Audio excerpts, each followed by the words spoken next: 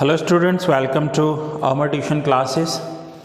आज हम residential status में क्वेश्चन नंबर 6 करेंगे। आइए देखते हैं क्वेश्चन में क्या दिया हुआ है। Rahil who is an Indian citizen left for Japan on 25 April 21। He did not return to India during 21-22। Determine his residential status for the assessment year 22-23।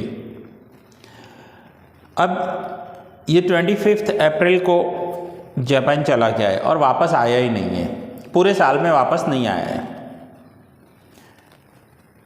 Would it make any difference in his status had he visited India during Diwali 21 for 31 days? क्या अगर वो दिवाली पर India आया होता तो कोई फ़र्क पड़ता? तो आइए सबसे पहले रूल्स अप्लाई करते हैं। अब रूल्स अप्लाई करने से पहले मैं आपको बता दूं कि इसके फ्यू लेक्चर्स ऑलरेडी रिकॉर्ड हो चुके हैं, आपको वो देखने हैं पहले और उसके बाद ये देखना, अदरवाइज डायरेक्ट ये समझ में नहीं आएगा। सो नाउ सबसे पहले हम लिखेंगे competition of residential status of Rahil previous year 21-22 and assessment year 22-23। सबसे पहली फर्स्ट कंडीशन बेसिक कंडीशंस को अप्लाई करना है।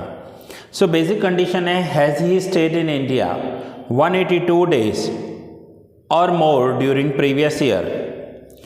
तो ये 25 अप्रैल को इंडिया से चला गया है। सो इन द ईयर 21-22 सिर्फ ये अप्रैल महीने के 25 दिन ही इंडिया में था। तो हमारी कंडीशन है कि क्या ये इंडिया में 25 दिन के 182 डेज़ के लिए था? तो हमने कंडीशन में लिखा नहीं था भाई, नहीं था। क्यों? क्योंकि 25 दिन ही था। दूसरा है 60 days in India during previous year. क्या ये प्रीवियस ईयर में इंडिया में 60 डेज था? तो 25 अप्रैल को तो चला गया था। अगर 25 अप्रैल को चला गया था तो नहीं था। अब अगर ये नहीं था एंड दूसरी कंडीशन है 365 days out of 4 years stayed in India before previous year. Previous year के पहले वाले 4 साल में क्या ये 365 डेज इंडिया में था?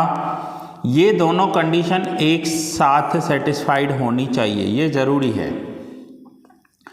अब ये राहिल तो इंडियन सिटीजन था, जापान गया है पहली बार, तो प्रीवियस ईयर में से 4 माइनस कर दो, 21 में से 4 माइनस करो तो 17, 18, 18, 19, 19, 20, 20, 21। तो ये 4 साल इंडिया में ही था। अब इंडिया में था तो ये कंडीशन आ गई यस, बट जैसे कि ये कंडीशन नो है तो आउटर कॉलम क्या आ गया? नो आ गया। यहाँ 24 लिखा है, आप 25 कर देना, इसे 25 को गया है। सो एक कंडीशन नो है और दूसरी कंडीशन यस है, बट यहाँ क्या लिखा हुआ है? एंड का मतलब होता है दोनों कंडीशन यस होनी चाहिए, कंपलसरी है, यस होनी ही चाहिए। सो हम देखेंगे कि क्या ये दोनों कंडीशंस यस हो रही हैं तो नो। अब बेसिक कंडीशन सेटिस्फाइड नहीं हुई तो इसके रूल्स हम ऑलरेडी समझ कर आए हैं कि बेसिक कंडीशन सेटिस्फाइड नहीं हुई तो हमें कंक्लूजन में क्या लिखना पड़ेगा? कंक्लूजन में लिखा है Rahil has not satisfied basic condition so his final status will be non resident of India. ये कंक्लूजन आपको यहाँ पर लिखा हुआ होगा कि इसके डेज कितने हैं, ठीक है, एंड सो इसका रेसिडेंशियल स्टेटस जो है वो नॉन रेसिडेंट हो गया। अगर कोई इंडियन सिटीज़न फॉरेन जा रहा है और वो बेसिक कंडीशंस को भी सेटिस्फाई नहीं कर रहा है तो इसके लिए मैंने आपको पहले भी नोटबुक में भी एक्सप्लेन किया था और कंडीशंस भी बताए थे। मैं फिर से वो एक बार नोटबुक आपके सामने रख देता हूँ, ये रही, कि अगर बेसिक कंडीशन सेटिस्फाई हो रही है या नहीं हो रही है। अगर बेसिक कंडीशन सेटिस्फाइड नहीं हो रही है तो नॉन रेसिडेंट हो जाएगा।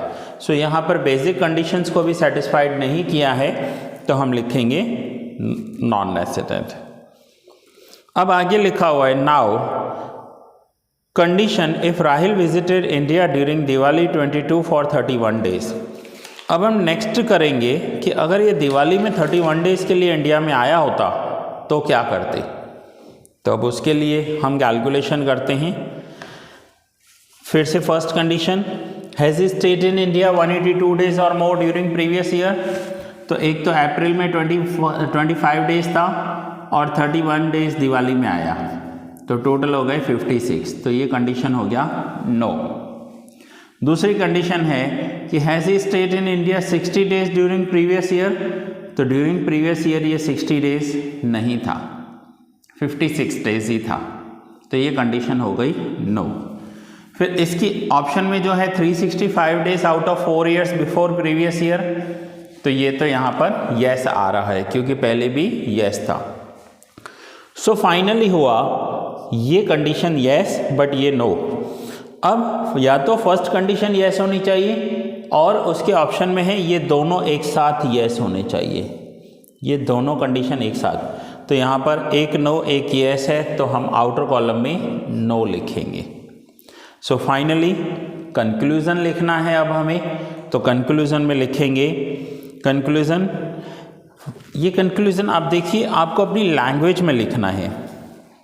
अब कंक्लूज़न मैं आपको यहाँ पर ही दिखा देता हूँ, आंसर में देखिए क्या लिखा हुआ है। Non resident total stay in India during previous year 25 days only and hence none of the basic condition is satisfied. ये पहले वाले क्वेश्चन का आंसर है। फिर दूसरे में आंसर है visited 31 days during Diwali 21 would not make any change in his status as his total stay would be of 56 days. And again none of the basic condition would have been satisfied. Basic condition he satisfied नहीं हो रही है, और जब basic condition satisfied नहीं हो रही है तो ये नॉन रेसिडेंट हो जाएगा। सो स्टूडेंट्स अब आपको नोट डाउन करना है तो नोट डाउन कर लीजिए। ये सम मैं यहीं पूरा कर रहा हूँ, नेक्स्ट लेक्चर में कंटिन्यू करेंगे आगे के सम्स।